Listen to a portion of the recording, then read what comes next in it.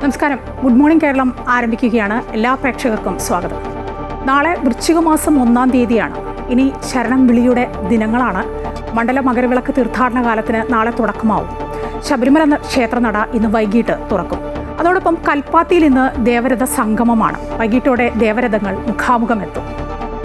ഒപ്പം തദ്ദേശ തെരഞ്ഞെടുപ്പ് ചൂടും കൂടിക്കൊണ്ടിരിക്കുകയാണ് സംസ്ഥാനത്ത്. തിരുവനന്തപുരത്ത് ഇന്നലെ RSS പ്രവർത്തകൻ ആനന്ദിന്റെ ആത്മഹത്യ അടക്കം നിരവധി വിവരങ്ങളുണ്ട് പ്രേക്ഷകരിലേക്ക് എത്തിക്കാൻ. ഞങ്ങൾക്ക് എല്ലാ വാർത്തകളിലേക്കും വരാം. ഒപ്പം ഡൽഹി ചെങ്കോട്ട സ്ഫോടനത്തിൽ NIA അന്വേഷണം പുരോഗമിക്കുകയാണ്. അങ്ങനെ ഒട്ടേറെ വാർത്തകളുള്ള ഒരു ഞായറാഴ്ച തന്നെയാണ് ഇന്ന്. എല്ലാ പ്രേക്ഷകർക്കും നല്ലൊരു ദിവസം ആശംസിക്കുകയാണ്. ആദ്യം തലക്കെട്ടുകൾ നോക്കാം.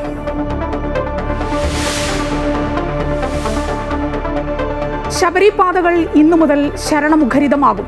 മണ്ഡല മകരവിളക്ക് തീർത്ഥാടന കാലത്തിന് തുടക്കം കുറിച്ച് ശബരിമല ക്ഷേത്രനട ഇന്ന് വൈകിട്ട് തുറക്കും.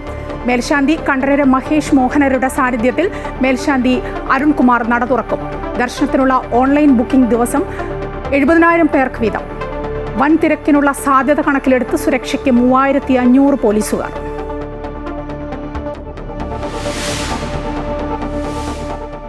തിരുവനന്തപുരത്ത് RSS പ്രവർത്തകൻ ആനന്ദിന്റെ ആത്മഹത്യാക്കുറിപ്പിൽ പ്രതിരോധത്തിലായി BJP.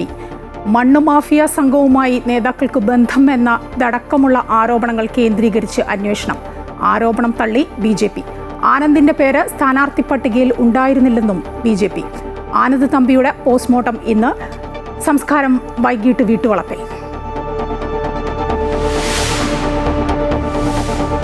ഡൽഹി ചെങ്കോട്ട സ്ഫോടനത്തിൽ ഒരാൾ കൂടി കസ്റ്റഡിയിൽ. അറസ്റ്റിലായത് അൽ ഫലാഹ് സർവകലാശാലയിലെ മെഡിക്കൽ വിദ്യാർത്ഥി നിസാർ ആലം. സ്ഫോടനത്തെ തുടർന്ന് അടച്ചിട്ട ചെങ്കോട്ട പരിസരം ഇന്നു മുതൽ തുറക്കുമെന്ന് ആർക്കിയോളജിക്കൽ സർവേ ഓഫ് ഇന്ത്യ.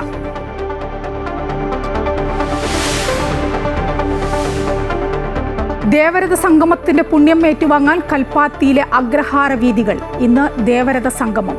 രഥാരോഹണം രാവിലെ. സന്ധ്യയോടെ ദേവരഥങ്ങൾ മുഖാമുഖമെത്തും.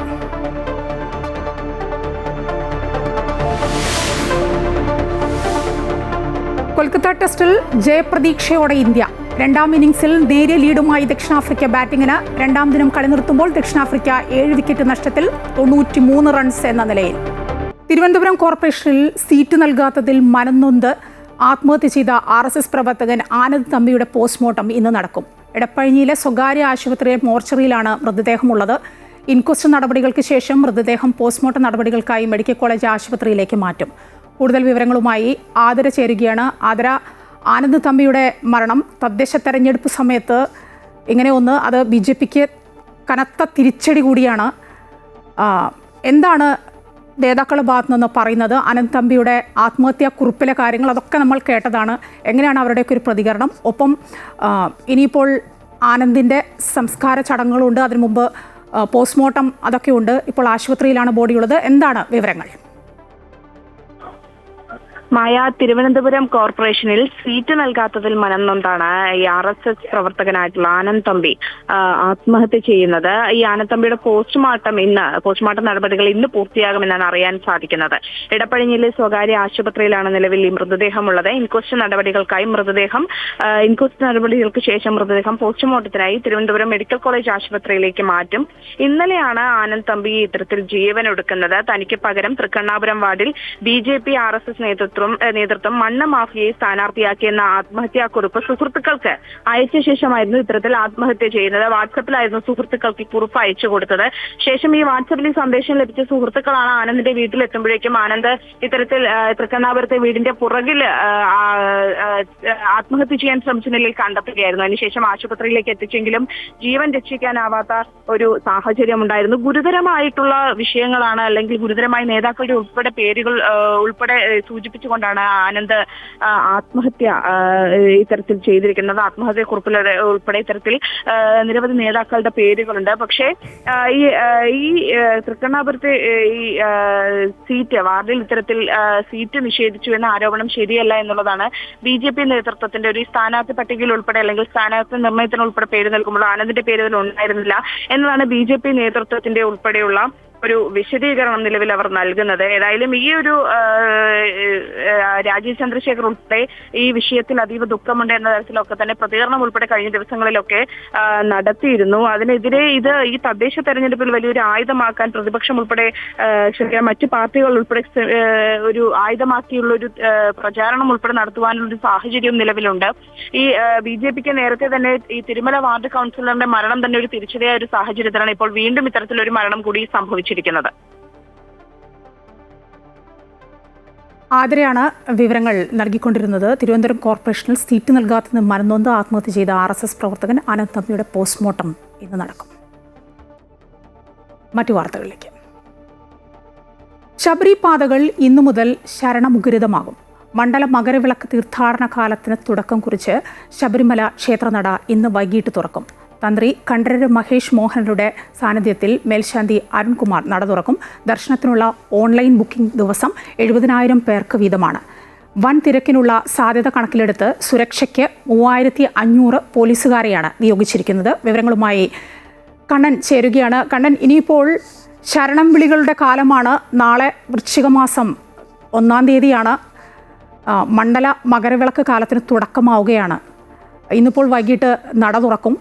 എങ്ങനെയാണ് ശബരിമലയിലെ എല്ലാ വർഷത്തെയും എല്ലാ തീർത്ഥാടന കാലത്തെയും പോലെയല്ല ഇത്തവണ ഒരു വിവാദങ്ങൾക്കിടയിൽ നിന്നുകൊണ്ടുള്ള ഒരു തീർത്ഥാടനം കൂടിയാണ്.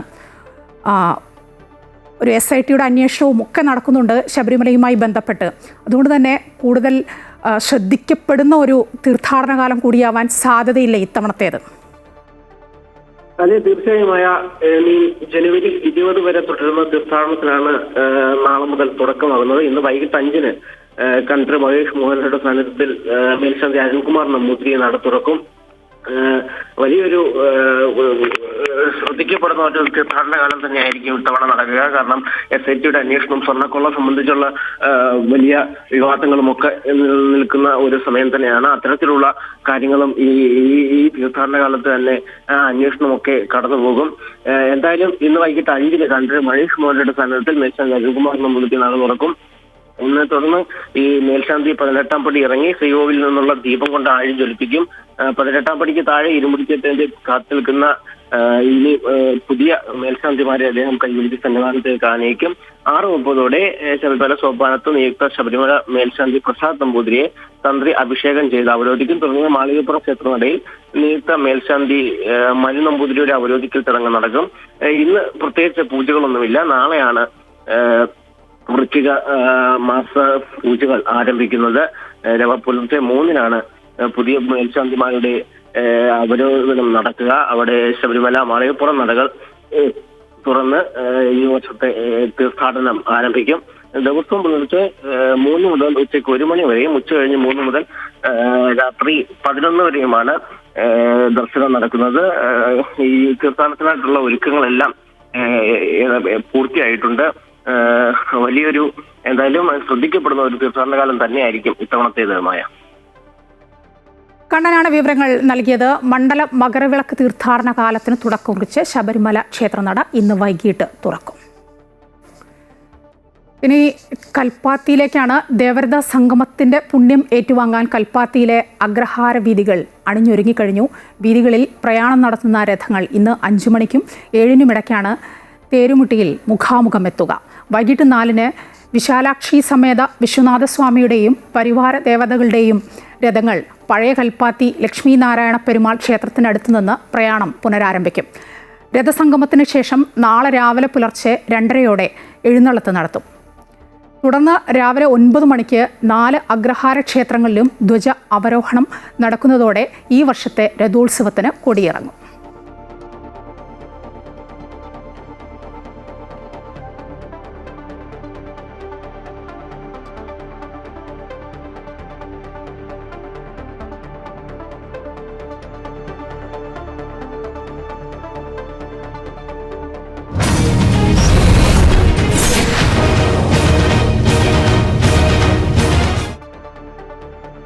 തദ്ദേശ തെരഞ്ഞെടുപ്പിൽ ഏറ്റവും ശക്തമായ പോരാട്ടം നടക്കുന്ന തിരുവനന്തപുരം കോർപ്പറേഷൻ. 3 മുന്നണികൾക്കും ഇത് അഭിമാന പോരാട്ടം കൂടിയാണ്. അതുകൊണ്ട് തന്നെ ശക്തരായ സ്ഥാനാർത്ഥികളെ കളത്തിലിറക്കിയിരിക്കുന്നു മുന്നണികൾ.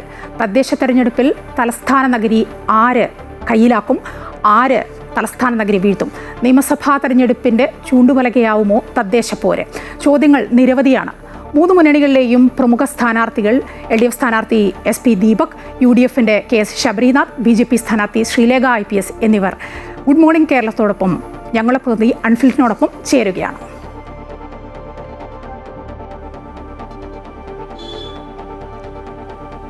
മായ, തീർച്ചയായും സംസ്ഥാനത്ത് തദ്ദേശ തെരഞ്ഞെടുപ്പിന്റെ പ്രചാരണവും ആവേശവും ഒക്കെ തന്നെ ഉച്ചസ്ഥായിലെത്തി നിൽക്കുകയാണ്. ഞാനിപ്പോൾ നിൽക്കുന്നത് തലസ്ഥാനത്ത് മാനവീയം വീഥിയിലാണ്. ഈ പ്രഭാതത്തിൽ ഒരു പ്രത്യേക വൈബാണ് ഇവിടെ. എവിടെയും തെരഞ്ഞെടുപ്പിന്റെ ഒരു പ്രചാരണവും ഒക്കെ ആവേശവും ഒക്കെ തന്നെയാണ്. എന്നോടൊപ്പം ഇന്ന് ഈ കോർപ്പറേഷൻ തെരഞ്ഞെടുപ്പിൽ മത്സരിക്കുന്ന 3 മുന്നണികളുടെയും പ്രമുഖ സ്ഥാനാർത്ഥികളാണ് ഒപ്പമുള്ളത്. LDFിൽ നിന്ന് SP ദീപക്, BJPയിൽ നിന്ന് R ശ്രീലേഖ, UDFിൽ നിന്ന് KS ശബരിനാഥ്. സ്വാഗതം സ്വാഗതം സ്വാഗതം. 3 പേരെ ഒരുമിച്ച് കണ്ടപ്പോൾ ഒരു പ്രത്യേക വൈബ് തന്നെയാണ് ഇവിടെ. എന്തായാലും ഇന്ന് അവധി ദിവസമാണ്. അപ്പോൾ ഈ ഒരു പ്രചാരണത്തിന് ഇന്ന് തലസ്ഥാനത്ത് പ്രത്യേകിച്ച് ഈ ഉദ്യോഗസ്ഥരും ജോലിക്കാരൊക്കെ തന്നെ വീട്ടിലുള്ളൊരു ദിവസം കൂടിയാണ്. അതുകൊണ്ട് തന്നെ ഗൃഹസന്ദർശനമൊക്കെ രാവിലെ തന്നെ ആരംഭിച്ചാൽ എല്ലാവരെയൊക്കെ ഒന്ന് കാണാൻ പറ്റും, എല്ലാവരും നേരിട്ട് തന്നെ വോട്ട് അഭ്യർത്ഥിക്കാനൊക്കെ പറ്റുമെന്ന് കരുതുന്നു. ആദ്യം ശ്രീമതി R ശ്രീലേഖ, താങ്കൾ ഈ ബ്യൂറോക്രസിയിൽ നിന്ന് നേരെ ജനപ്രതിനിധിയായി മാറുമ്പോൾ, അതിനുവേണ്ടി ഒരു തയ്യാറെടുപ്പൊക്കെ നടത്തുമ്പോൾ, ഈ പ്രചാരണമൊക്കെ ഇപ്പോൾ ഏറെക്കുറെ ഇത്രയും ദിവസം പിന്നിട്ടപ്പോൾ, ഗൃഹസന്ദർശനം വീട് തോറും കയറി ഇറങ്ങിയപ്പോൾ ആ ഒരു മാറ്റം എങ്ങനെയാണ് ഫീൽ ചെയ്യുന്നത്? വളരെ വളരെ പോസിറ്റീവായിട്ടുള്ളൊരു മാറ്റമാണ് എനിക്ക് തോന്നുന്നത്. ഞാനിപ്പോൾ എല്ലായിടവും ആയിട്ടില്ല. 6 ദിവസത്തേക്കുള്ള പ്രചരണം കഴിഞ്ഞു. അപ്പോഴേക്കൊരു 500 വീടുകൾ മാത്രമേ കവർ ചെയ്യാൻ പറ്റിയിട്ടുള്ളൂ, 500-ൽ പരം. പ്രശ്നം വരുന്നത് എന്താണെന്ന് വെച്ചാൽ ഓരോ വീട്ടിൽ കയറുമ്പോഴും അവർ എന്നെ ഐഡൻറ്റിഫൈ ചെയ്യുന്നുണ്ട്, പറയേണ്ട കാര്യമില്ല. പിന്നെ അവർക്ക് ഫോട്ടോ എടുക്കണം, അകത്ത് കയറണം, ഭർത്താവിനെ വിളിക്കണം, മകനെ വിളിക്കണം, മകളെ വിളിക്കണം, അങ്ങനെ എല്ലാവരെയും വിളിച്ച് കാണിക്കണം എന്നൊക്കെ പറഞ്ഞ് അങ്ങനെ ഡിലേ ആയി പോകുന്നുണ്ട്. പക്ഷെ അത് അറ്റ് ദ സെയിം ടൈം അവരുടെ വാംത്ത് കാണിക്കുന്നത്, അവർക്ക് എല്ലാവർക്കും എന്നോടുള്ള ഭയങ്കര സ്നേഹം കുറച്ചും കൂടെ അടുത്ത് നിൽക്കുന്ന പോലെ. പോലീസിൽ ഇരുന്നപ്പോൾ ഇതുപോലെ ഒന്നും എനിക്ക് ഫീൽ ചെയ്തിട്ടില്ല. ഒരു ശകലം അകൽച്ചയും ഭയവും ഒക്കെ ഫീൽ ചെയ്തിട്ടുണ്ട്. പക്ഷെ ഇപ്പോൾ അങ്ങ് വന്ന ഭയങ്കര ക്ലോസ് ആയിട്ട് അങ്ങ് ഇടപഴകുകയാണ്. അപ്പോൾ അതൊരു ഒരു നല്ല കാര്യമായിട്ട് എനിക്ക് തോന്നുന്നു, ആ വാംത്ത്, ആ ഊഷ്മളത. ഈ KS ശബരിനാഥ്, താങ്കൾ സ്ഥാനാർത്ഥിയാകുമ്പോൾ ആദ്യമായി പ്രഖ്യാപിക്കുന്ന താങ്കളെയാണ്. താങ്കളെ പ്രഖ്യാപിച്ചപ്പോൾ എന്തുകൊണ്ട് ശബരി എന്നൊരു ചോദ്യം ചോദിച്ചപ്പോൾ അതിൻ്റെ ഒറ്റ ഉത്തരമാണ് മുന്നണി നേതാക്കളൊക്കെ പറഞ്ഞത്. ഈ തെരഞ്ഞെടുപ്പിനെ ഏറ്റവും ഗൗരവത്തോടെ, എത്രത്തോളം ഗൗരവത്തോടെയാണ് UDF കാണുന്നു എന്നതിൻ്റെ ഒരു ഒറ്റ ഉത്തരമാണ് ശബരിനാഥ്. അപ്പോൾ ശബരി വരുമ്പോഴുണ്ടാകുന്നൊരു വൈബ് UDF ജില്ലയിൽ അല്ലെങ്കിൽ കോർപ്പറേഷനിലെ UDF നേതാക്കൾക്കൊക്കെ തന്നെയും ആ ഒരു ഊർജ്ജമുണ്ട് എന്നാണ് പറയുന്നത്. ഇപ്പോൾ ഈ തെരഞ്ഞെടുപ്പൊക്കെ പ്രചാരണം തുടങ്ങി ഏറെക്കുറെ ഒരു 10-12 ദിവസമൊക്കെ പിന്നിടുമ്പോൾ ആ ഒരു ഊർജ്ജം എത്രത്തോളം ഉണ്ട്, അല്ലെങ്കിൽ ആ വൈബ് എത്രത്തോളം ഉണ്ടെന്നാണ് ഫീൽ ചെയ്യുന്നത്? സ്ഥാനാർത്ഥിയുടെ പ്രഖ്യാപിച്ച ഏകദേശം ഒരു 10-15 ദിവസം കഴിഞ്ഞു. അപ്പോൾ അവിടെ എല്ലാ വീടുകളിലും പോകുമ്പോൾ വളരെ നല്ലൊരു, നേരത്തെ മാഡം പറഞ്ഞ പോലെ നല്ലൊരു വാംത്ത്, എല്ലാ വീടുകൾക്കും ബന്ധമുള്ളത് കൊണ്ടും എല്ലാവരോടും സംസാരിക്കാനും ഇടപെട്ട്, അപ്പോൾ പാർട്ടി സഹപ്രവർത്തകരുടെ ഒരു ചെറിയ പരാതി, ഇത്രയും വീട് കവർ ചെയ്യാനുണ്ട്, സാറാണെങ്കിൽ വന്ന് ഇരുന്ന് കഥയൊക്കെ പറഞ്ഞ് പോകുമ്പോൾ ഒത്തിരി നേരെ എടുക്കുന്നുള്ളൊരു പരാതി ഇന്നലെ നിങ്ങളും കണ്ടതാണല്ലോ. പക്ഷെ തീർച്ചയായിട്ടും അതിന്റെ ഒരു ഉണർവ് UDF കേന്ദ്രങ്ങളിൽ ഉണ്ടായിട്ടുണ്ട്. അപ്പോൾ ഞാൻ കിട്ടുന്ന സമയങ്ങളിലൊക്കെ മറ്റ് വാർഡുകളിലും കൺവെൻഷൻ അടക്കമുള്ള കാര്യങ്ങൾക്ക് പോകുന്നുണ്ട്. എന്നിരുന്നാലും വളരെ സീരിയസ് ആയിട്ട് ഈ നഗരത്തെ, ഞാൻ എപ്പോഴും പറയുന്നത് പോലെ തന്നെ എല്ലാവർക്കും ജീവിക്കാൻ കഴിയുന്ന ഭാവിയുടെ ഒരു നഗരമാക്കി തിരുവനന്തപുരത്തെ മാറ്റുവാൻ UDFന് വോട്ട് ചെയ്യണമെന്ന് അഭ്യർത്ഥിച്ചുകൊണ്ടാണ് പോകുന്നത്. നന്നായിട്ട് എല്ലായിടങ്ങളിലും പോകുന്നുണ്ട്. കവടിയാർ പ്രത്യേകിച്ച് എനിക്ക് വളരെ അടുത്ത ബന്ധങ്ങളുള്ള സ്ഥലമായതുകൊണ്ട് നന്നായിട്ട് ആ വീടുകളിലൊരു അക്സെപ്റ്റൻസ് ഉണ്ടാകുന്നുണ്ട്. SP ദീപക്, താങ്കൾ തിരുവനന്തപുരത്ത്, ഈ രണ്ടുപേരും 2 പ്രൊഫൈലിൽ നിന്ന് വരുന്ന വ്യക്തികളാണ്. പക്ഷെ താങ്കളെ സംബന്ധിച്ച് താങ്കളും ഈ ശിശുക്ഷേമ സമിതിയുടെ തലപ്പത്തിരുന്ന വ്യക്തിയാണ്. അതിനപ്പുറത്തേക്ക് തിരുവനന്തപുരം ജില്ലയുടെ ഏറ്റവും പ്രമുഖനായ വിദ്യാർത്ഥി രാഷ്ട്രീയം മുതലേ എത്തി നിൽക്കുന്ന ഒരു വ്യക്തിയാണ്. അതുകൊണ്ട് തന്നെ അങ്ങനെ അങ്ങ് താങ്കളെ ഇവിടെ പരിചയപ്പെടുത്തേണ്ട ഒരു ആവശ്യവുമില്ല. അപ്പോൾ ഈ ഒരു ദിവസം ഈ പ്രചാരണമൊക്കെ ഇടയ്ക്ക് താരപ്രചാരകരെയൊക്കെ രംഗത്തിറക്കുന്നതൊക്കെ കണ്ടിരുന്നു. അപ്പോൾ പ്രചാരണവും ഇത്രയും ദിവസം കഴിയുമ്പോൾ ഒരു ആത്മവിശ്വാസമൊക്കെ എങ്ങനെയാണ്? ഉറപ്പായിട്ട് ജയിക്കുമെന്നുള്ള ആത്മവിശ്വാസമാണ് ഉള്ളത്. ഞാൻ എപ്പോഴും പറയുന്നത് പോലെ തന്നെ നമ്മുടെ നഗരത്തിനകത്ത് നടന്നിട്ടുള്ള ഒരു വികസനവും സംസ്ഥാനത്ത് നടന്നിട്ടുള്ള ഒരു സർക്കാർ ചെയ്തുകൊണ്ടിരിക്കുന്ന ഒരു വികസനവും ജനങ്ങൾ അംഗീകരിക്കുകയാണ്. അത് ഞങ്ങൾ പോകുന്ന സ്ഥലത്തെല്ലാം അവർ ഉള്ളിത്തട്ടി നെഞ്ചോട് ചേർത്ത് പിടിക്കുകയാണ് യഥാർത്ഥത്തിൽ ചെയ്തുകൊണ്ട് ഇരിക്കുന്നത്. അപ്പോൾ ജനങ്ങൾ അവരുടെ അനുഭവങ്ങൾ തീർച്ചയായിട്ടും നമ്മളൊക്കെ ആയിട്ട് പങ്കുവെക്കുന്നുണ്ട്. അവർ ഉറപ്പിച്ച് ഇത്തരം വികസനത്തിന്റെ കൂടെയാണ്, ഞങ്ങൾ ഈ ക്ഷേമ പ്രവർത്തനങ്ങൾ നടത്തുന്നതിന്റെ കൂടെയാണ്, സാധാരണ ആളുകൾക്ക് വേണ്ടിയിട്ട് ചെയ്യുന്ന നല്ല പ്രവർത്തനത്തെ സംബന്ധിച്ചും അതുപോലെ തന്നെ നമ്മുടെ നഗരത്തിനകത്ത് വന്നുകൊണ്ടിരിക്കുന്ന വലിയ മാറ്റങ്ങളും വികസനങ്ങളും അവർ അനുഭവത്തിന്റെ അടിസ്ഥാനത്തിൽ മനസ്സിലാക്കിയിട്ടുള്ളവരാണ്. അപ്പൊ അതുകൊണ്ട് ആ അനുഭവത്തിന്റെ ഒരു തുടർച്ചയാണ് ഞാൻ എന്നുള്ളതാണ് അവര് കരുതുകയും അതിനനുസരിച്ചുള്ള ഒരു സ്നേഹവും തരുന്നത്. നല്ല രൂപത്തിൽ പോകുന്നുണ്ട്. തീർച്ചയായിട്ടും ജയിക്കാൻ വേണ്ടിയിട്ടുള്ള ഇടതുമുന്നണി കഴിഞ്ഞ പ്രാവശ്യത്തെക്കാട്ടിലും വലിയ ഭൂരിപക്ഷത്തിൽ ജയിക്കാൻ വേണ്ടിയിട്ട് ചരിത്രത്തിൽ ഇത്രയും കാലം കോർപ്പറേഷനകത്ത് കിട്ടിയ ഏറ്റവും വലിയ വിജയമായിരിക്കും ഈ ഡിസംബർ 9 നടക്കുന്ന തെരഞ്ഞെടുപ്പിന് ഇടതുമുന്നണിക്ക് ഉണ്ടാകുന്നത്. ശ്രീമതി ശ്രീലേഖ, ഈ താങ്കൾ ഇത്രയും വർഷത്തെ ഒരു ഏറ്റവും ഉയർന്ന പദവിയിൽ നിന്ന് ഇങ്ങോട്ട് വരുമ്പോൾ ഉറപ്പായും താങ്കൾക്ക് ഇവിടുത്തെ ഒരു വികസനം, ഒരു നഗരത്തിന്റെ ഒരു വികസനം എങ്ങനെ ആയിരിക്കണം എന്ന് കൃത്യമായ ഒരു കാഴ്ചപ്പാടുണ്ടാകുമായിരിക്കും. ഈ നഗരത്തിന്റെ മുഖച്ഛായ മാറ്റാൻ 5 വർഷം കൊണ്ട് എങ്ങനെ സാധിക്കുമെന്നാണ് എന്ത് കാഴ്ചപ്പാടാണ് താങ്കൾക്കുള്ളത്? ഞാൻ ഒരു സാധാരണ വ്യക്തിയായിരുന്നല്ലോ. ഈ സഭയ്ക്കകത്ത് നിന്ന് പെരുമാറിയ അല്ലെങ്കിൽ പരിചയമുള്ള ഒരാളല്ല. ജനങ്ങളെ പോലെ ജനങ്ങളുടെ കൂട്ടത്തിൽ നിന്ന് വന്ന ഒരു സാധാരണ ഒരു ഓഫീസർ. കൂടാതെ പോലീസ് ഡിപ്പാർട്ട്മെന്റിനകത്തിരുന്നു കൊണ്ട് രാഷ്ട്രീയം എന്താണ് എന്ന് വളരെ നല്ലപോലെ അറിയാവുന്ന ഒരു വ്യക്തിയും. അപ്പോൾ അതിൻ്റെ കാഴ്ചപ്പാട് കുറച്ച് വ്യത്യാസമാണ്. നമ്മുടെ ഒരു ജനപ്രതിനിധി പറയുന്നത് പോലെയല്ല. പുറത്തു നിന്ന് കാണുമ്പോൾ നിങ്ങളെപ്പോലെയൊക്കെ എന്താണ് ശരിക്കും വേണ്ടത് എന്നൊക്കെയുള്ളൊരു ആഗ്രഹം വരുന്നതാണ്. അപ്പോൾ അത് ഭരണം എന്ന് പറയുന്നത് വളരെ അഴിമതിരഹിതമായിട്ട് നടത്തുക എന്നുള്ളതാണ് ഏറ്റവും വലിയ കാര്യം. അപ്പോൾ അഴിമതിരഹിത ഭരണം അത് ഭാരതീയ ജനതാ പാർട്ടി ഉറപ്പുവരുത്തും. രണ്ടാമത്തെ കാര്യം, പ്രശ്നങ്ങളില്ലാത്ത ഒരവസ്ഥ സൃഷ്ടിക്കുക. ജനങ്ങൾക്ക് വാർഡുകളിലും നഗരത്തിലും പ്രശ്നങ്ങളില്ലാത്ത അവസ്ഥ സൃഷ്ടിക്കാനായിട്ടൊരു പ്രിവെൻഷൻ ആവശ്യമാണ്. അപ്പോൾ പൊട്ടിപ്പൊളിഞ്ഞ് കിടക്കുന്ന റോഡുകൾ എപ്പോഴും നന്നായിട്ട് സൂക്ഷിക്കുക. നായ്ക്കളെ എപ്പോഴും ഇവിടെ ഉണ്ടാവാത്ത ഒരു സ്ഥിതി, ഒരു വെള്ളക്കെട്ടും ഉണ്ടാകാത്ത സ്ഥിതി. അപ്പം അങ്ങനെ പ്രശ്നങ്ങൾ ഉണ്ടാകാത്ത സ്ഥിതി ഉറപ്പാക്കി കഴിഞ്ഞാൽ ചെറിയ ചെറിയ പ്രശ്നങ്ങളുടെ പുറകെ ഇങ്ങനെ ഓടേണ്ട കാര്യം വരുന്നില്ല.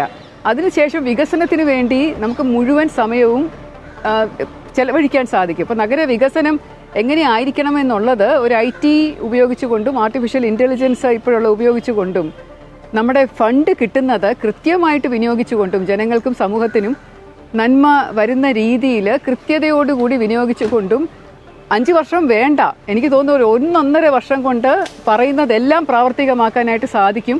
പറയുന്നതിനേക്കാൾ കൂടുതൽ പ്രവർത്തിച്ച് കാണിക്കും ഈ പാർട്ടി. ശ്രീ കെ ശബരിനാഥ്, 2 യുവാക്കൾ മേയറായിരുന്ന ഒരു സ്ഥലത്താണ്. അവർക്കൊന്നും ചെയ്യാൻ കഴിയാത്ത രീതിയിൽ അതിനപ്പുറത്തേക്കുള്ള ഒരു കാഴ്ചപ്പാടിൽ ഇതിനെ ഒരു ഹൈടെക് നഗരമാക്കി മാറ്റാൻ താങ്കളുടെ IT രംഗത്തെ ആ ഒരു ബാക്ക്ഗ്രൗണ്ടൊക്കെ അത് എങ്ങനെ സാധ്യമാകും 5 വർഷം കൊണ്ടെന്നാണ് താങ്കൾക്ക് അതേക്കുറിച്ചുള്ള എന്തെങ്കിലും കൃത്യമായൊരു കാൽക്കുലേഷൻ എന്തായാലും ഉണ്ടായിരിക്കുമല്ലോ? ആദ്യമേ IT രംഗത്ത് മാത്രമല്ല വർക്ക് ചെയ്തത്. ഞാനൊരു ഡെവലപ്മെന്റ് പ്രൊഫഷണലാണ്. ഞാൻ ടാറ്റ ട്രസ്റ്റ് മിസ്റ്റർ രത്തൻ ടാറ്റയോടൊപ്പം അവസാന 4 വർഷം ഇന്ത്യയിലെ ഏറ്റവും കുഗ്രാമങ്ങൾ മുതൽ ആരോഗ്യം, വിദ്യാഭ്യാസം തുടങ്ങിയ മേഖലയിൽ വർക്ക് ചെയ്ത ഒരാളാണ്. അപ്പൊ എനിക്ക് ലഭിച്ചിട്ടുള്ള ഒരു എന്താ പറയാ, ഒരു MBA കഴിഞ്ഞും എഞ്ചിനീയറിംഗ് കഴിഞ്ഞും MBA കഴിഞ്ഞിട്ടും പിന്നെ ഇപ്പൊ നിയമം പഠിച്ചുമൊക്കെ പിന്നെ എനിക്ക് ഉണ്ടായിട്ടുള്ളൊരു ലോകജ്ഞാനം. ഞാൻ പലയിടത്തും പോകുമ്പോൾ ഞാൻ എപ്പോഴും ആലോചിക്കുന്ന ഒരു കാര്യമുണ്ട്. ഏറ്റവും കൂടുതൽ സാധ്യതകളുള്ള ഒരു നഗരമാണ് തിരുവനന്തപുരം. തിരുവനന്തപുരത്തിന് വളരുവാൻ ഒരു സിംഗപ്പൂർ മോഡലോ അല്ലെങ്കിൽ വേറെ ഏതെങ്കിലും സംസ്ഥാനത്തിന്റെ മോഡൽ ആവശ്യമില്ല. ട്രിവാൻഡ്രത്തിന് വേണ്ടിയുള്ള ഒരു ട്രിവാൻഡ്രം മോഡൽ നമുക്ക് ഉണ്ടാക്കാൻ കഴിയും. ഏറ്റവും നല്ല വിദ്യാഭ്യാസ സ്ഥാപനങ്ങൾ, ഏറ്റവും നല്ല ആരോഗ്യ സ്ഥാപനങ്ങൾ, ഏറ്റവും നല്ല മാനവശേഷി, ഏറ്റവും നല്ല മാൻ പവർ, ഒരു പോർട്ട്, ഒരു airport, railway station, techno park, ഇതൊക്കെ ഒരു പ്രോക്സിമിറ്റിക്കകത്ത് ഏറ്റവും മിടുക്കരായിട്ട് ആളുള്ളപ്പോൾ എനിക്ക് തോന്നുന്നു ഒരു സിംഗപ്പൂരിനേക്കാളും വലിയൊരു സാധ്യതകളുള്ളൊരു സ്ഥലമാണ്. അപ്പൊ എല്ലാവർക്കും ഈ തിരുവനന്തപുരത്തിന്റെ ഈ ദൈവം തന്ന വരദാനമായിട്ടുള്ള ഈ ഒരു ഭൂമിശാസ്ത്രം ഉപയോഗിച്ചുകൊണ്ട് അതിന്റെ ഗുണം താഴെത്തട്ടുള്ള ആൾക്ക് മുതൽ ഏറ്റവും നല്ല ആളുകൾക്ക് വരെ ഉണ്ടാകുന്ന രീതിയിലുള്ള പദ്ധതികൾ. പക്ഷെ അതിൽ നേരത്തെ പറഞ്ഞതുപോലെ പല കാര്യങ്ങൾക്കും എനിക്ക് തോന്നുന്നു നേരത്തെയുള്ള 2 മേയർമാരെ കുറിച്ച് ചോദിച്ചപ്പോൾ പ്രായമല്ല പ്രശ്നം. പലപ്പോഴും ഒരു ഐഡിയോളജിയുടെ പേരിൽ അവർ ഐഡിയോളജിക്കൽ ബാഗേജിൽ സ്റ്റക്കായിട്ടുണ്ട്. പല കാര്യങ്ങളും നല്ലത് ചെയ്യാൻ നോക്കുമ്പോഴത്തേക്കും അത് നമ്മുടെ ഒരു ഐഡിയോളജിയിൽ പറ്റില്ല എന്നുള്ളത്. ഞാൻ ഒരു ഐഡിയോളജി വിശ്വാസമുള്ള ആളാണ്. പക്ഷെ ഐഡിയോളജി ബാഗേജ് കാരണം ഇപ്പം നമ്മൾ ഈ പറയുന്ന പോലത്തെ നമ്മുടെ എന്താ പറയുക, നമ്മുടെ ഫ്ലഡ് മിറ്റിഗേഷൻ പ്രോഗ്രാം ആകട്ടെ, അല്ലെങ്കിൽ നായ്ക്കളുടെ ബന്ധം കാരണമാകട്ടെ, അല്ലെങ്കിൽ നേരത്തെ പറഞ്ഞതുപോലെ തന്നെ ഇവിടുത്തെ വേസ്റ്റിന്റെ കാര്യത്തിൽ പ്രത്യേകിച്ച് നല്ല ഡീസെൻട്രലൈസ് മോഡൽസ് ഉണ്ട്. പക്ഷെ ഒരുപക്ഷെ പലപ്പോഴും ഇടതുപക്ഷത്തിന്റെ ഐഡിയോളജി സമ്മതിക്കുന്നില്ല. അപ്പൊ ഐഡിയോളജിയുടെ ഒരു ബാഗേജ് ഇല്ലാതെ നാടിന് ഏറ്റവും നല്ല സർവീസസ്, ഏറ്റവും കണക്റ്റഡ് ആയിട്ടുള്ള സർവീസസ് വേണം. വിരൽത്തുമ്പിൽ എല്ലാം ചെയ്യാൻ പറ്റുന്ന ഒരു കോർപ്പറേഷൻ ഉണ്ടാക്കണം. അതുമാത്രം എന്നോട് ചോദിക്കുകയാണെങ്കിൽ തിരുവനന്തപുരം നമ്മൾ നഗരസഭയുടെ ഒരു 101 വാർഡ് മാത്രമുള്ളെങ്കിലും നമ്മൾ തിരുവനന്തപുരത്തെ കാണേണ്ടത് ഒരു ബിഗർ മെട്രോപൊളിറ്റൻ റീജിയനാണ്. തിരുവനന്തപുരം നഗരസഭയും നെയ്യാറ്റിൻകര മുനിസിപ്പാലിറ്റിയും ഈ പറഞ്ഞ കാട്ടാക്കട മുനിസിപ്പാലിറ്റി, നെടുമങ്ങാട് മുനിസിപ്പാലിറ്റിയും പിന്നെ വർക്കലയും ഒക്കെ അടങ്ങുന്ന ഒരു ഗ്രേറ്റർ ട്രിവാൻഡ്രം എന്നൊരു മോഡലിലേക്കാണ് UDF ആവിഷ്കരിക്കുന്നത്. അത് കോർപ്പറേഷൻ കൊണ്ട് മാത്രം കഴിയില്ല. പിന്നെ ഒരു UDFന്റെ സർക്കാരാക്കി അധികാരത്തിൽ വരുമ്പോൾ തീർച്ചയായിട്ടും ഒരു ഗ്രേറ്റർ ട്രിവാൻഡ്രം എന്നുള്ള കോൺസെപ്റ്റ്. ഇപ്പോൾ ഡൽഹി NCR, ഡൽഹിയുണ്ട്, നോയിഡയുണ്ട്, ഗുർഗാവ് ഉണ്ട്, ഫരീദാബാദ് ഉണ്ട്, ബോംബെ ഉണ്ടെങ്കിൽ മുംബൈ ഉണ്ട്, നവി മുംബൈ ഉണ്ട്, ഠാനെയുണ്ട്, നാസിക്കിന്റെ ഭാഗമുണ്ട്. ഒരു ഗ്രേറ്റർ ട്രിവാൻഡ്രം ഫസ്റ്റ് എന്നുള്ള ആശയത്തിൽ ഒരു ഗ്രേറ്റർ ട്രിവാൻഡ്രം, ഇത്രയധികം സാധ്യതകളുള്ള ഒരു നഗരം മറ്റ് നഗരങ്ങൾക്ക് ഒരു മാതൃകയാകുന്ന പദ്ധതികൾ ഉണ്ടാക്കാനുള്ള കൃത്യമായിട്ടുള്ള പ്ലാനുമായിട്ടാണ് നമ്മൾ പോകുന്നത്. ശ്രീ ദീപക്, താങ്കൾ വികസന തുടർച്ച അത് തന്നെയാകും താങ്കൾ പ്രധാനമായി മുന്നോട്ട് വെക്കുന്നത്. ഈ മെട്രോ റെയിൽ വരുന്നതോടുകൂടി തന്നെ തിരുവനന്തപുരം നഗരത്തിലേക്ക് മുഖച്ഛായ വലിയ രീതിയിൽ തന്നെ മാറുമെന്ന് നമുക്ക് പ്രതീക്ഷിക്കാം. അതിന്റെ തുടർച്ചയായുള്ള ഒരു കാഴ്ചപ്പാട്, ഒരു വികസനം, നഗരത്തിന്റെ ഒരു വികസന കാഴ്ചപ്പാട് ആ രീതിയിൽ തന്നെ ആയിരിക്കുമോ? താങ്കൾക്ക് ഒരു 5 വർഷം അധികാരം കിട്ടുകയാണെങ്കിൽ, താങ്കളുടെ മുന്നണിക്ക് കിട്ടുകയാണെങ്കിൽ മുന്നോട്ട് വെക്കുന്നത്? മെട്രോ റെയിൽ യാഥാർത്ഥ്യമാകാൻ വേണ്ടിയിട്ട് പോവുകയാണ്. നമ്മളെല്ലാം സ്വപ്നം കണ്ടിരുന്നതാണ് മെട്രോ യാത്ര എന്ന് പറയുന്നത്. അത് 2.5 വർഷം കൊണ്ട് യാഥാർത്ഥ്യമാക്കാൻ വേണ്ടിയിട്ടുള്ള നടപടികളുമായിട്ട് സംസ്ഥാന സർക്കാർ പോവുകയാണ്. ഫസ്റ്റ് ഫേസ് എന്നുള്ള രൂപത്തിൽ ഒരു 8,000 കോടി രൂപയുടെ മെട്രോ അതിനു വേണ്ടിയിട്ട് ചെലവാക്കാൻ വേണ്ടിയിട്ടുള്ള തീരുമാനമെടുത്ത് മുന്നോട്ട് പോകുകയാണ്. യഥാർത്ഥത്തിൽ ഞാൻ ഇരിക്കുന്ന എന്റെ ബോർഡർ എന്ന് പറയുന്ന ചാക്ക ഇന്റർനാഷണലിൽ നിന്നാണ് ആ ഫസ്റ്റ് ഫേസ് വരുന്നത്. ആറ്റിങ്ങലിലോട്ടാണ് അത് പോകുന്നത്. നമുക്കെല്ലാം ഒരിക്കലും സങ്കല്പിക്കാൻ വേണ്ടിയിട്ട് പറ്റാത്ത രൂപത്തിൽ ഒരു 10-12 മിനിറ്റ് കൊണ്ട് ആറ്റിങ്ങലിൽ എത്താൻ വേണ്ടിയിട്ട് പറ്റാൻ പോകുന്ന ഒരു യാത്രാ സൗകര്യമാണ് അവിടെ വരാൻ വേണ്ടിയിട്ട് പോകുന്നത്. അതുപോലെ ഇപ്പോ ഇന്റർനാഷണൽ എയർപോർട്ടിന് വേണ്ടിയിട്ട് സ്ഥലം അക്വയർ ചെയ്ത് അതിനെ കുറച്ചുകൂടി നമ്മൾ പറയുന്ന ലോക നിലവാരത്തിൽ എത്തിക്കുന്നതിന് വേണ്ടിയിട്ടുള്ള നടപടികൾ ആരംഭിച്ചിട്ടുണ്ട്. ലോകത്തെ തന്നെ 10 പോർട്ടുകളിൽ നമ്മൾ വളരെ കുറച്ച് LDF സർക്കാർ ഇരുന്ന സമയത്താണ് ഈ പറയുന്ന വിഴിഞ്ഞം പോർട്ട് യാഥാർത്ഥ്യമായതെന്നുള്ളത് നമുക്കറിയാം. ഇപ്പോ അതിന്റെ ഡെവലപ്മെന്റ്സ് ഒക്കെ കൂടെ വരുമ്പോഴത്തേക്ക് ഇപ്പൊ തന്നെ ഒരു ലോകത്ത് ഒരു 10 പോർട്ടുകളിൽ ഒരു പോർട്ടായിട്ട് വിഴിഞ്ഞം പോർട്ട് മാറാൻ വേണ്ടിയിട്ട് പോകുകയാണ് എന്നുള്ളതാണ്.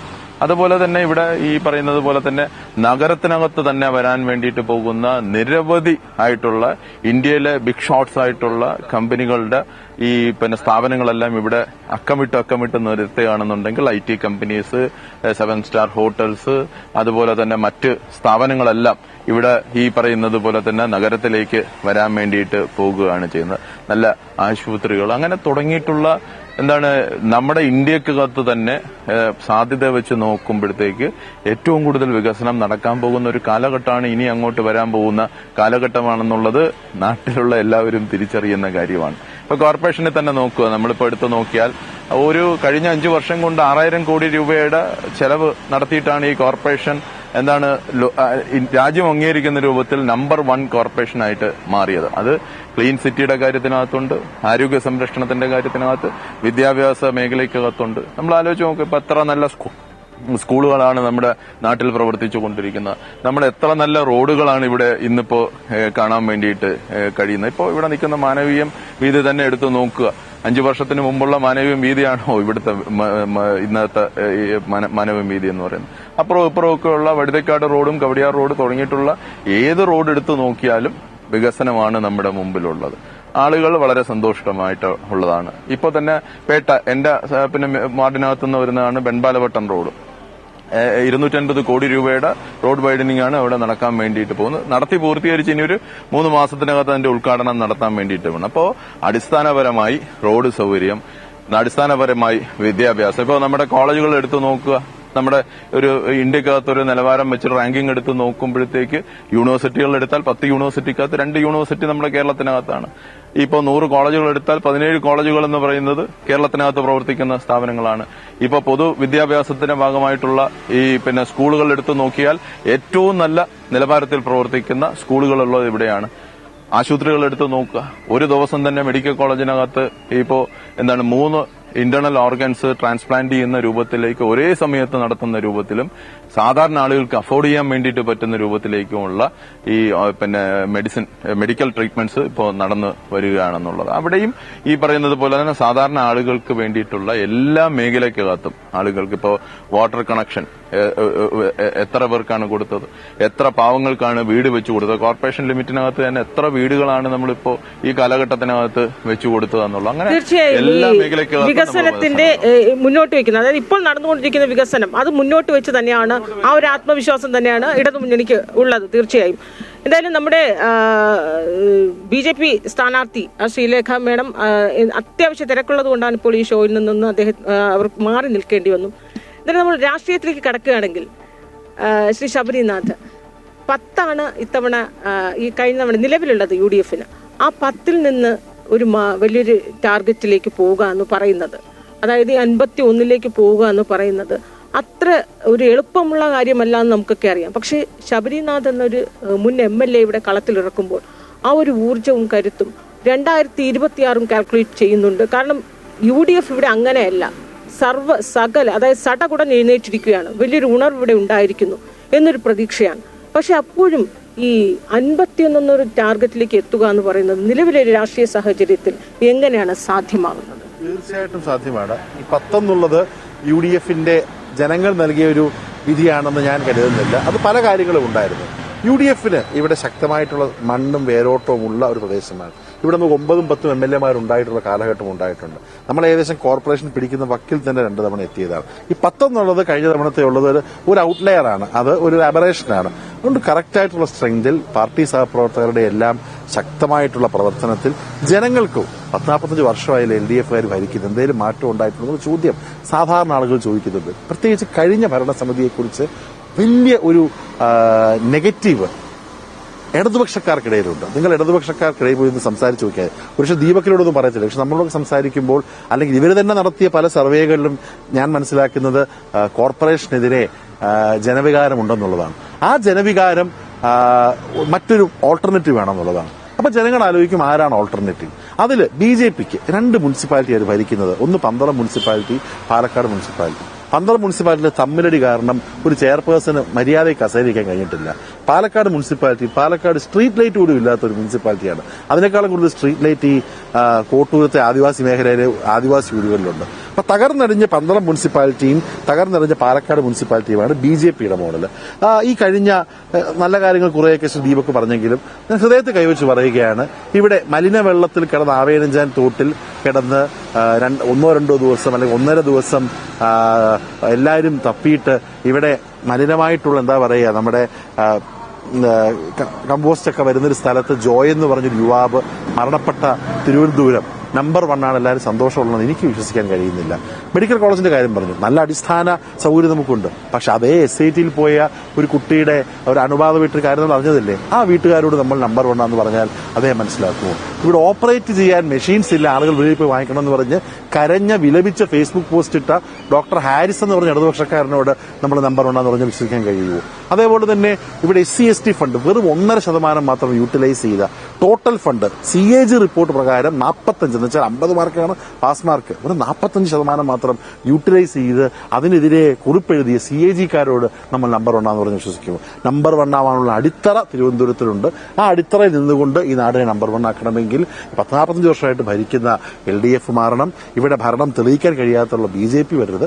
ഓൾട്ടർനേറ്റീവ് ആയിട്ടുള്ളത് എല്ലാവരുടെയും മനസ്സിൽ പതിഞ്ഞ ആളുകൾക്ക് വിശ്വാസമുള്ള ഇന്റർനാഷണൽ കോൺഗ്രസ് നയിക്കുന്ന UDF ആണ്. എന്തായാലും സർക്കാരിനെ പ്രതിരോധത്തിലാക്കുന്ന നിരവധി വിഷയങ്ങളാണ് ഈ സമയത്തുള്ളത്. ഇതൊക്കെ തന്നെയാണ് UDF ആയാലും മറുഭാഗത്ത് BJP ആയാലും ഒക്കെ ഉയർത്തിക്കാട്ടുന്നത്. ഈ ആരോപണങ്ങളെ അല്ലെങ്കിൽ ഇതൊക്കെ ഈ പ്രതിപക്ഷം ആയുധമാക്കുന്ന വിഷയങ്ങളെയൊക്കെ തരണം ചെയ്ത് വീണ്ടും അധികാരം നിലനിർത്താൻ കഴിയുമെന്നുള്ളൊരു ആത്മവിശ്വാസം ഉണ്ടോ? കാരണം ചെറിയ ആരോപണങ്ങളൊന്നും അല്ല മറുഭാഗത്തവർ ഉന്നയിക്കുന്നത്, വേറെ ആരോപണങ്ങളാണ്. പക്ഷേ കഴിഞ്ഞ ഒരു 9.5 വർഷം കൊണ്ട് ഇങ്ങനെ ആരോപണങ്ങൾ ഉന്നയിച്ചുകൊണ്ടേയിരിക്കുകയാണ്. ചെറുതും വലുതുമായിട്ടുള്ള ആരോപണങ്ങൾ ഇങ്ങനെ ആരോപിച്ചുകൊണ്ടേയിരിക്കുകയാണ് നമ്മുടെ നാട്ടിനകത്ത്. ഏതെങ്കിലും ഒരു ആരോപണം തെളിയിക്കാൻ വേണ്ടിയിട്ട് ഈ പ്രതിപക്ഷം തന്നെ കഴിയുന്നുണ്ടോ? ഏതെങ്കിലും ഒരു ആരോപണം ഇന്നതുപോലെ ഇങ്ങനെ ഒരു ആരോപണം. ഇപ്പൊ തന്നെ മെഡിക്കൽ കോളേജിലെ ഒരു SITയുടെ വിഷയം പറഞ്ഞു. അതൊരു അവിടുത്തെ ഒരു ഒരു കമ്മിറ്റി അതിനെ സംബന്ധിച്ച് ഒരു അന്വേഷണം നടത്തുകയാണ്. അതിന്റെ റിപ്പോർട്ട് വരട്ടെ. അപ്പോഴല്ലേ നമ്മള് പറയാൻ പറ്റുള്ളൂ. നമ്മളൊരു കാര്യം മനസ്സിലാക്കേണ്ടത് ചവറയിലാണെന്ന് തോന്നി. ആ കുട്ടി മരണപ്പെട്ടത് ആരോപണമല്ലല്ലോ. അല്ലെങ്കിൽ പട്ടി കടിച്ച് അതിനുള്ള പ്രതിരോധ മരുന്ന് കുത്തിവെച്ച് പത്തനാപുരത്തൂരിൽ കുട്ടി വന്ന് മരണപ്പെട്ടത് ആരോപണമല്ലേ? ആ മൃതദേഹങ്ങൾ നമ്മൾ കണ്ടതില്ലേ? അമൃത ഉൾപ്പെടെയുള്ള ചാനലുകൾ ഇത് ചെയ്തില്ല. ഇതൊന്നും ആരോപണമല്ല, ഇതൊക്കെ നഗ്നമായിട്ടുള്ള സത്യമാണ്.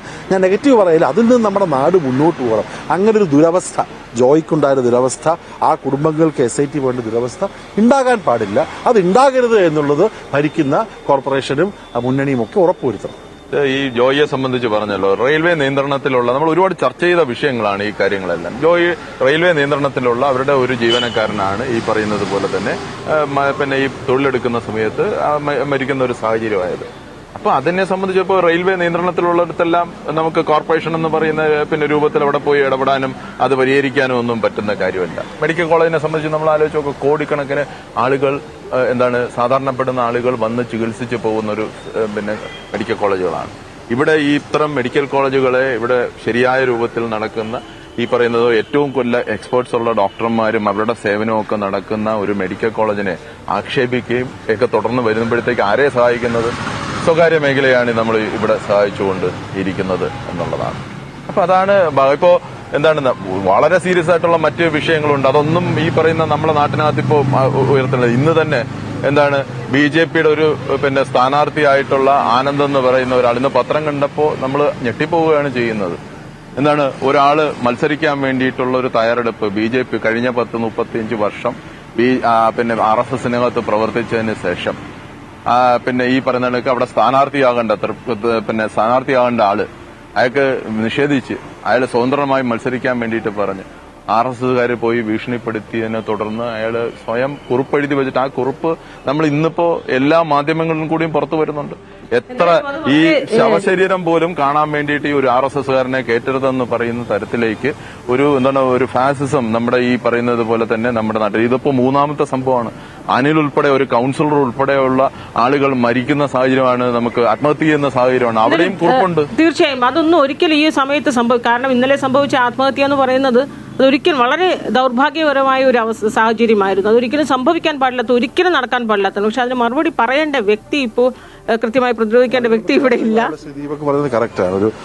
ഒരാൾ എന്തോ കാരണമാവട്ടെ ഒരു രാഷ്ട്രീയ പാർട്ടി അധികാരം പിടിക്കാൻ വേണ്ടി കോടികൾ ചെലവാക്കുമ്പോൾ നമ്മൾ പറയും സാധാരണ പ്രവർത്തകരുടെ ജീവൻ സംരക്ഷിക്കണം എന്നുള്ളത്. അത് മറ്റൊരു കോണ്ടെക്സ്റ്റിലാണ് പറയുന്നത്. ഇപ്പൊ BJP സ്വന്തം പാർട്ടിയുടെ ഉൾപോരിൽ നിന്ന് അവിടെ പ്രവർത്തകരുടെ ജീവൻ സംരക്ഷിക്കണം എന്നുള്ളൊരു കാര്യമാണ് എനിക്ക് ആദ്യമേ പറയാനുള്ളത്. അതേപോലെ തന്നെ ഇതേ RSSകാരനായിട്ടുള്ള പ്രവർത്തകനെ ദീപക് നയിക്കുന്ന മുന്നണി LDFൽ പാങ്ങോട് സ്ഥാനാർത്ഥീകരിക്കുകയാണ്. കഴിഞ്ഞ ഒരു മാസം മുമ്പ് റൂട്ട് മാർച്ചിൽ RSSന്റെ വേഷവിധാനമിട്ട് റൂട്ട് മാർച്ച് നടത്തിയ ആള് ഇന്ന് പാങ്ങോടത്തെ CPI കാൻഡിഡേറ്റാണ്. അതുപോലെ തന്നെ ദീപകിന്റെയൊക്കെ ആ ഏരിയയിലുള്ള കഴക്കൂട്ടത്ത് ഭാഗത്തുള്ള ശ്രീകാര്യ ലോക്കൽ കമ്മിറ്റിയിലെ ഒരു അംഗം പറയുകയാണ് BJPയെ സഹായിക്കാൻ വേണ്ടി കടകംപള്ളി സുരേന്ദ്രൻ അടക്കം സഹായിക്കുകയാണെന്ന് പറയുകയാണ്. ഇതൊക്കെ കാണിക്കുന്നത് നമ്മൾ വേണ്ടാത്തൊരു ചീഞ്ഞളിഞ്ഞ പൊളിറ്റിക്സ് ഉണ്ടാകുന്നുണ്ട്. ആ പ്രവർത്തകന്റെ മരണം, തിരുവല്ല അല്ലിയേട്ടന്റെ മരണം ഒക്കെ BJP മറുപടി പറയേണ്ടതാണ്. അതിനോടൊപ്പം അങ്ങനെയുള്ള ശക്തികളെ ഡ്രസ്സ് മാറ്റി കൊണ്ടുവരുന്നതിന് LDF ഭരണം പറഞ്ഞു. തീർച്ചയായും ഇതിനൊക്കെ തന്നെ ഈ വലിയ ഗുരുതരമായ ആരോപണങ്ങളാണ്. പക്ഷെ ഇതിനൊക്കെ മറുപടി പറയേണ്ട സ്ഥാനാർത്ഥി ഇവിടെ ഇല്ല. എന്തായാലും ഈ സമയത്ത് ഈ ഒരു തത്സമയം അമൃത വാർത്തകളോടൊപ്പം ഈ മോർണിംഗ് ഷോയിൽ എത്താനായി തിരക്കിനിടയിൽ എത്തിയതിന് വലിയ സന്തോഷം. രണ്ടുപേർക്കും 3 പേർക്കും ഉൾപ്പെടെ വലിയ ആശംസകളാണ്. 3 പേരും ഉദ്ദേശിക്കുന്ന രീതിയിൽ കാഴ്ചപ്പാടുകളോടുകൂടി തന്നെ മുന്നണി ഭരണത്തിൽ വരട്ടെ. 3 പേർക്ക് വികസന കാഴ്ചപ്പാടേറി നടക്കട്ടെ എന്ന് ആശംസിക്കുന്നു. ഇതിൽ 2 വലിയ സുഹൃത്തുക്കളാണ്. 3 പേരും വലിയ സുഹൃത്തുക്കളാണ്, വലിയ സൗഹൃദത്തിൽ തന്നെയാണ്. പക്ഷെ അതിനപ്പുറത്തേക്ക് രാഷ്ട്രീയമാണ്, ഇത് മത്സരമാണ്. മത്സരരംഗത്ത് കടുത്ത പോരാട്ടം ഉണ്ടാകുന്ന കാര്യത്തിൽ യാതൊരു സംശയമല്ല. 3 സ്ഥാനാർത്ഥികൾക്കും 3 മുന്നണി സ്ഥാനാർത്ഥികൾക്കും കൃത്യമായ വികസന കാഴ്ചപ്പാടുണ്ട്. തിരുവനന്തപുരം ജില്ലയിൽ ഏറെ രാഷ്ട്രീയ പ്രാധാന്യമുള്ള മുനിസിപ്പാലിറ്റിയാണ് ആറ്റിങ്ങൽ. ഭരണം LDFനാണെങ്കിലും BJPക്ക് ഏറെ സ്വാധീനമുള്ള ആറ്റിങ്ങലിൽ കടുത്ത മത്സരം തന്നെയാവും ഇക്കുറി ഉണ്ടാവുക. തുടർച്ചയായി 20 വർഷം മുനിസിപ്പാലിറ്റി ഭരിക്കുന്ന LDF തികഞ്ഞ ആത്മവിശ്വാസത്തിലുമാണ്. അതേസമയം അട്ടിമറി വിജയം പ്രതീക്ഷിക്കുന്ന UDFന്റെ കണക്കുകൂട്ടലും ചെറുതല്ല. ചരിത്രമുറങ്ങുന്ന ആറ്റിങ്ങൽ മണ്ണ്. ആധുനിക രാഷ്ട്രീയ ചരിത്രം പരിശോധിച്ചാൽ 2000 മുതൽ 2005 വരെയുള്ള കാലയളവിലാണ് UDF അവസാനമായി നഗരസഭയിൽ അധികാരത്തിലിരുന്നിട്ടുള്ളത്. കഴിഞ്ഞ 20 വർഷമായി ഇടതുമുന്നണിയാണ് ഈ നഗരസഭ ഭരിച്ചുകൊണ്ടേയിരിക്കുന്നത്. ചരിത്രം പരിശോധിച്ചാൽ ഏറിയ പങ്കും ഇടതിൻ്റെ തേരോട്ടമുള്ള മണ്ണാണിത്. അവിടെ ഇക്കുറി UDFും BJPയും അരയും തലയും മുറുക്കി രംഗത്തുണ്ട്.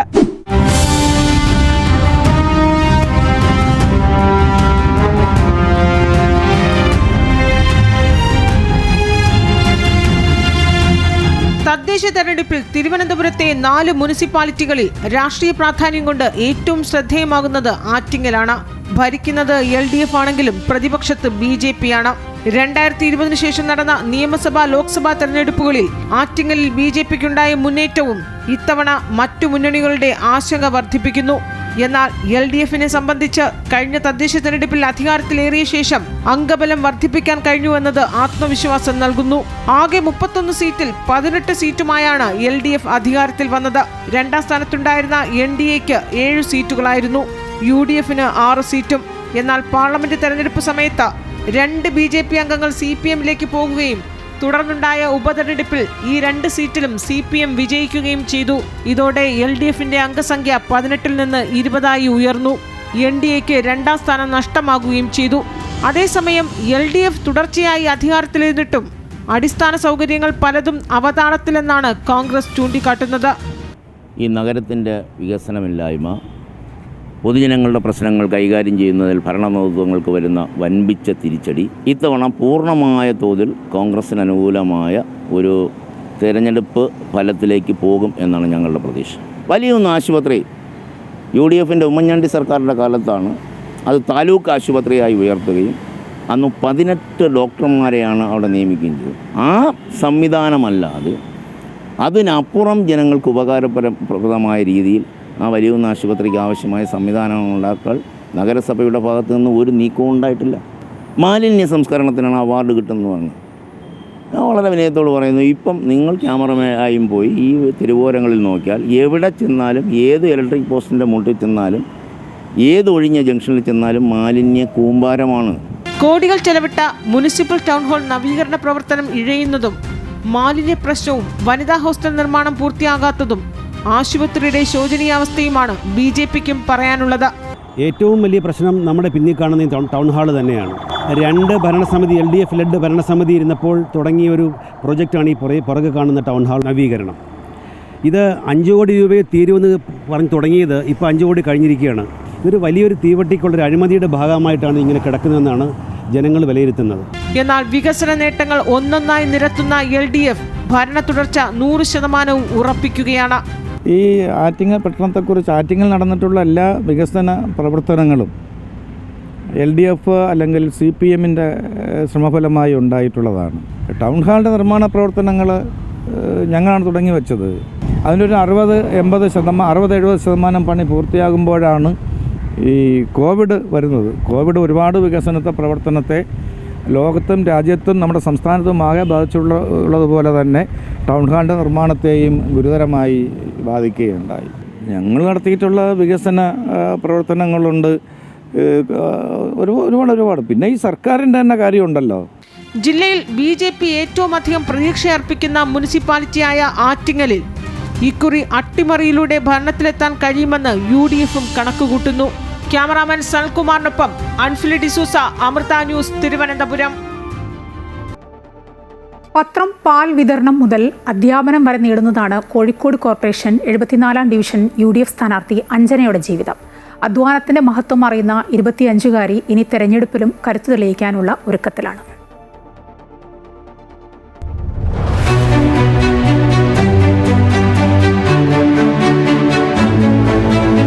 നാട്ടുകാർക്ക് പ്രിയങ്കരിയാണ് അഞ്ജന. പാൽ, പത്രം വിതരണം മുതൽ അധ്യാപനം വരെ ഉപജീവന മാർഗമാക്കിയ പെൺകുട്ടി.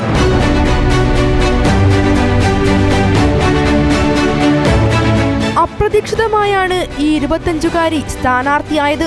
DCC പ്രസിഡന്റ് വിളിച്ചപ്പോഴാണ് കോഴിക്കോട് കോർപ്പറേഷൻ 74-ാം ഡിവിഷനായ എടക്കാട് UDF സ്ഥാനാർത്ഥിയായി തന്നെ തിരഞ്ഞെടുത്ത വിവരം അഞ്ജന അറിയുന്നത്. ആദ്യം ഞെട്ടിയെങ്കിലും ഇപ്പോൾ അഞ്ജന സജീവമായി പ്രചരണ പരിപാടികളിൽ മുഴുകിക്കഴിഞ്ഞു. വീട് കയറിയിട്ടുള്ള പ്രചരണത്തിലാണ് ഇപ്പോൾ ഉള്ളത്. നടന്നുകൊണ്ടിരിക്കുകയാണ്. പാവപ്പെട്ട ജനങ്ങളെ സഹായിക്കുക, അതുപോലെ തന്നെ കഷ്ടനുഭവങ്ങളുടെ കൂടെ നിൽക്കുക, ചെയ്യണം. അപ്പോൾ നമുക്കൊരു കളിസ്ഥലം വെക്കണമെന്നുണ്ട്. അതേപോലെ വൃദ്ധജനങ്ങൾക്ക് പോയി ഇരിക്കാൻ വേണ്ടിയിട്ടൊരു സ്ഥലങ്ങളില്ല, അപ്പോൾ അത് വെക്കണമെന്നുണ്ട്. അങ്ങനെ കുറച്ച് മനസ്സിൽ കാണുന്നുണ്ട്.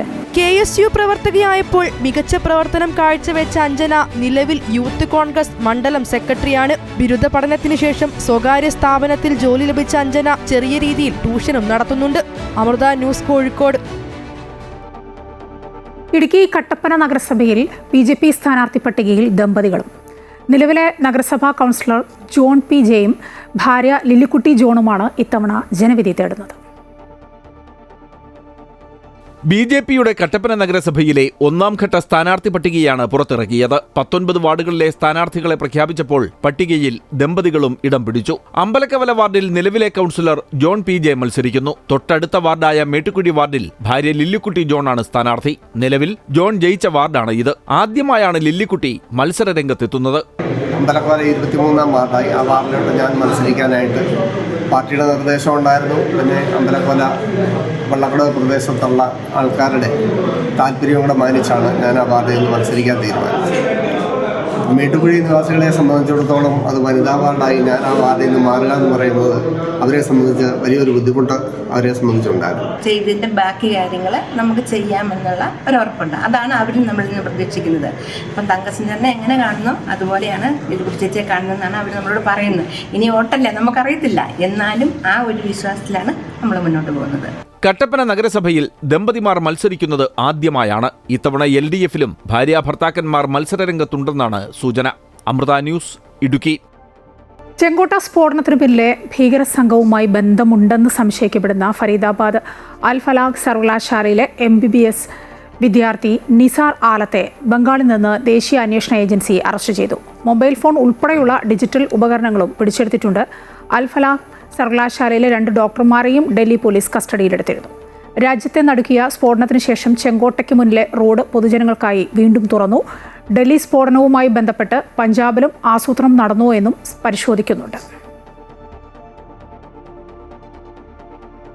ശബരിമല തീർത്ഥാടനത്തോടനുബന്ധിച്ച് എരുമേലിയിൽ കോട്ടയം ജില്ലാ പോലീസ് മേധാവി ഷാഹുൽ ഹമീദിന്റെ നേതൃത്വത്തിൽ സുരക്ഷാ സംവിധാനങ്ങൾ വിലയിരുത്തി.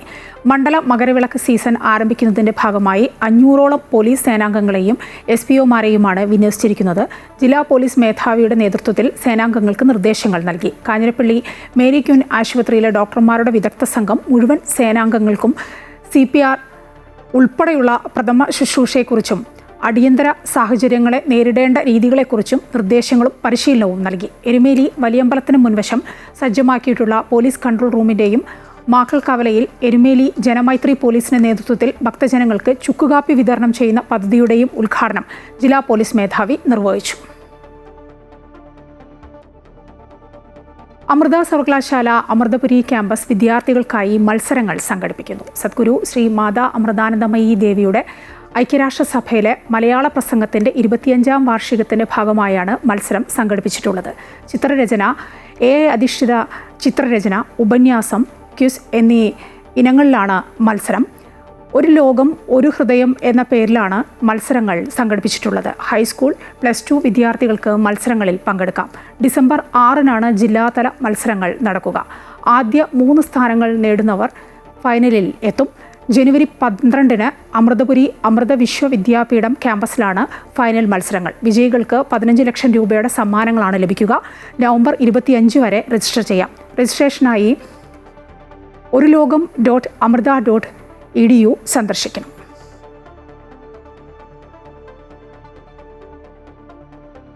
ഉത്തർപ്രദേശിലെ സോൻഭദ്രയിൽ ഖനി തകർന്ന് അപകടം. 15ഓളം പേർ കുടുങ്ങിക്കിടക്കുന്നതായാണ് സംശയിക്കുന്നത്. ഒരാളുടെ മൃതദേഹം കണ്ടെടുത്തു. രക്ഷാപ്രവർത്തനങ്ങൾ പുരോഗമിക്കുകയാണ്. NDRFും SDRFും പരിശോധന നടത്തുകയാണ്. ഒരു കുന്നിൻ്റെ ഒരു ഭാഗം ഇടിഞ്ഞു വീണതാണ് വൻ മണ്ണിടിച്ചിലിന് കാരണമായത്. തുടർന്ന് അവശിഷ്ടങ്ങൾ ക്വാറി പ്രദേശത്തേക്ക് പതിക്കുകയായിരുന്നു.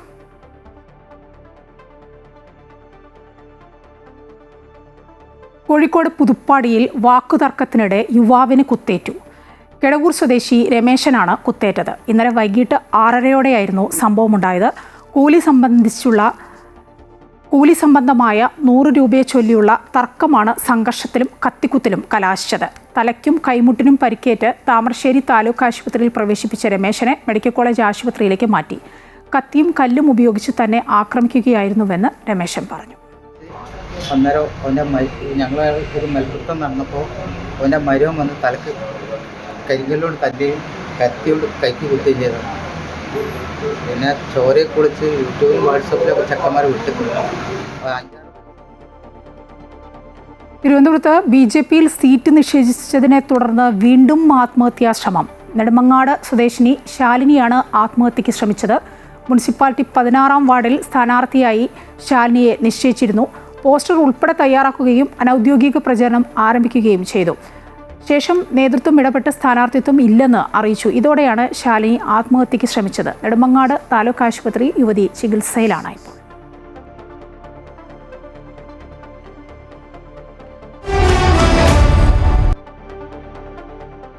ഇന്ത്യ ദക്ഷിണാഫ്രിക്ക 1-ാം ടെസ്റ്റിൽ വിജയപ്രതീക്ഷയിലാണ് ഇന്ത്യ. ഇന്നലെ 2-ാം ദിനം കളി നിർത്തുമ്പോൾ ദക്ഷിണാഫ്രിക്ക 7 വിക്കറ്റ് നഷ്ടത്തിൽ 93 റൺസ് എന്ന നിലയിലാണ്.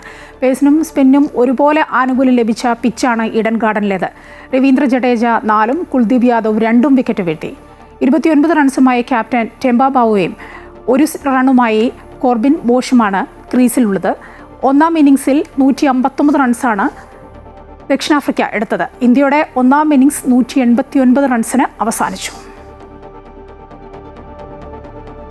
രഞ്ജി ട്രോഫിയിൽ കേരളം ഇന്ന് മധ്യപ്രദേശിനെതിരെ. ഇൻഡോറിലെ ഹോൾക്കർ സ്റ്റേഡിയത്തിലാണ് മത്സരം. കഴിഞ്ഞ കളിയിൽ സൗരാഷ്ട്രയ്ക്കെതിരെ കാഴ്ചവെച്ച മികച്ച പ്രകടനത്തിന്റെ ആത്മവിശ്വാസവുമായാണ് കേരളം കളിക്കാനിറങ്ങുക. ആദ്യ ഇന്നിംഗ്സ് ലീഡിന്റെ മികവിൽ മത്സരത്തിൽ നിന്ന് കേരളം 3 പോയിന്റ് സ്വന്തമാക്കിയിരുന്നു. ഇതുൾപ്പെടെ കേരളത്തിന് ആകെ 5 പോയിന്റാണ് ഉള്ളത്. മറുവശത്ത് 4 കളികളിൽ നിന്ന് 15 പോയിന്റുമായി ബി ഗ്രൂപ്പിൽ 1-ാം സ്ഥാനത്താണ് മധ്യപ്രദേശ്.